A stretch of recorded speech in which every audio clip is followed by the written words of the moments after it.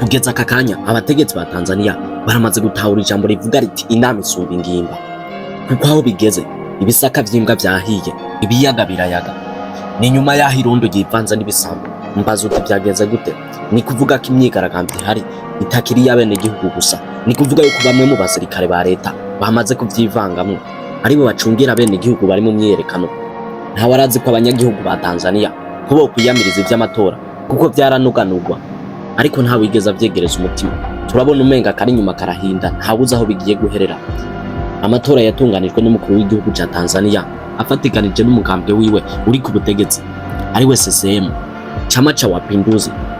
Aya matora yiyamirijwe na bamwe mu batavuga rumwe nawe. Abanyagihugu barakaye kwishavu ryinshi ry'umuranduranzuzi bagwanira ko hoba impinduka mu gihugu ca Tanzania. Kico bakoze, habaye imyiyerekano zico bise inkinamico y'amatora yatunganijwe n'umukuru w'igihugu Samia Suluhu Hassan akomoka mu mugambwe uri ku butegetsi ariwe Chama cha Mapinduzi umaze imyaka itari mike ku butegetsi. Imyiyerekano yamaze gutangura mu bice bitandukanye by'umugwa mukuru wa Dar es Salaam no mu bindi bisagara vya Tanzania.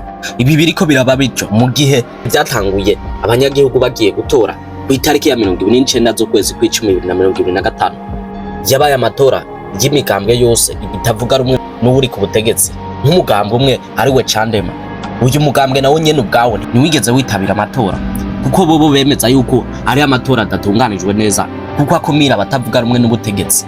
Si ivyo gusa, abatavuga rumwe n'ubutegetsi bwa Tanzania bavuga ko hakenewe impinduka mu nteguro z'aya matora, kuko iyi nteguro hasanzwe igamije kwegurira ubutegetsi umugambwe uri ku butegetsi Chama cha Mapinduzi, cyane cyane kwegurira intsinzi umukuru w'igihugu yari ahasanzwe ariwe Samia Suluhu Hassan.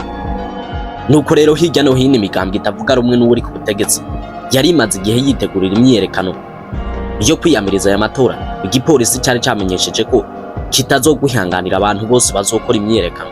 Ivyo bikaba byari byaraye bitunganijwe icegera c'umukuru w'igipolisi ariwe David Misimu. Nkuko rero byari byaraye bitunganijwe, muri kano kanya igipolisi ca Tanzania kiriko kigerageza kwirukana bamaze gushika mu mabarabara, ariko kugeza kano kanya ntawe uzi yuko bari bubishobore kuko abari mwibarabara barenga ibihumbi. Uduce tutari duke mu gisagara ca Dar es Salaam igipolisi kikaba kiriko gikoresha ivyuka bikoroza amosozi bikaryana mu maso mu gusanzaza imirwi y'abari kubakora imyiyerekano. Birasa nkaho ataco bari butabare. Kugeza kano kanya nta mupolisi agitangira umunyagihugu kugeza kwino tarike 31 y'ukwezi kw'icumi 2025.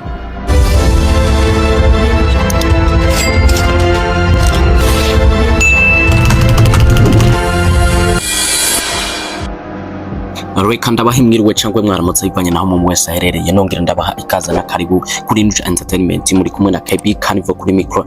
Twibutse umuntu wese atarakora subscribe kugira ngo ayikore, niyo mahirwe tumuhaye kugira ngo agenda abona ibiganiro byacu mu buryo bworoshe.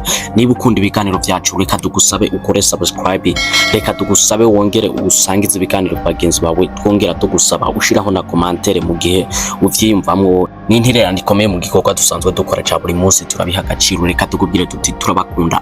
Ni kuri micro za NUJA Entertainment, mukaba muri kumwe na KB CARNIVORE. Reka twinjire mu kiganiro cacu. Itariki 30 z'ukwezi kw'icumi 2025 leta ya Tanzania yategetse abakozi bose ko bokorera uturimo twabo mu rugo ku mpamvu z'uko hari imyiyerekano idasanzwe. Kugeza n'uno munsi ku itariki 31 z'ukwezi kw'icumi imyiyerekano irabandanya. Umuvugizi wa leta Gerson Misigwa abicishije ku rubuga rwa Instagram avuga ko hisunzwe itegeko rijanye n'umutekano ryaraye risohowe n'igipolisi kuba bamwe gisagara ca Dar es Salaam yuko baza gukorera akazi kabo mu rugo. Iri taganzo ryo ku mugoroba w'ejo rigira riti ejo ku itariki 30 Gitugutu mu 2025 abakozi bose ba leta bazokorera akazi kabo muhira uko bazobimenyeshwa n'ababakoresha. Iri tangazo ryerekana kandi ko n'abakoresha bo mu gisata c'abikorera utwabo bagirwa inama yo gukurikiza aka kamo. Yongeye kuvuga ko atari ngombwa yuko abanyagihugu bava muhira, nabo nyene barafise uburenganzira bwo gukorera uturimo twabo aho baherereye. Binye vyategetswe co kimwe n'abakozi ba leta Amerika bakorera muri Tanzania basabwe kumera amagabo no kwicungera biturutse kuri izi mvururu. Itangazo ry'ubuserukizi bwa Amerika ku mugoroba wa hirya ejo ku itariki 29 Gitugutu ariko kwezi kw'icumi rivuga ko ibikorwa byabo kuri uno munsi cyangwa ejo hahise biza kuba gusa ivyihutirwa n'ivyo mu buserukizi. Ejo hahise ku itariki 29 z'ukwezi kw'icumi 2025 wari umunsi w'amatora mu gihugu ca Tanzania aho abanyagihugu bategerezwa gutora umukuru w'igihugu, abashinga amateka n'abahanuzi b'uturere. Ariko ku nshuro ya mbere muri kahise k'iki gihugu uwo munsi w'amatora waranzwe n'imyerekano mu bisagara bitari bike. Umwe tuzi nk'icamamare ari we Diamond Platnumz nyuma yuko postinze avuga yuko ashigikiye Samia Suluhu Hassan, ariko bamwe mu bari mu myerekano bamutegeka gufuta iyo post yari yapostinze.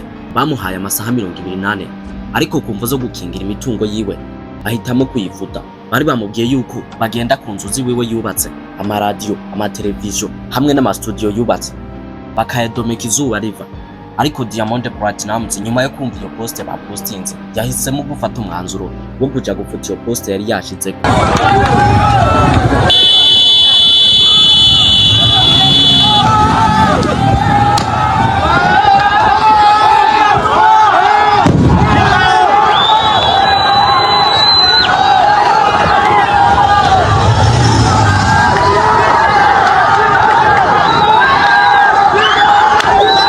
Reka tugushimire wadukurikiranye kugira turangize ikiganiro cacu. Mwari kumwe na KB CARNIVORE, twibutsa umuntu wese atarakora subscribe kugira ngo ayikore agenda abona ibiganiro byacu dukora vyiza umunsi ku munsi.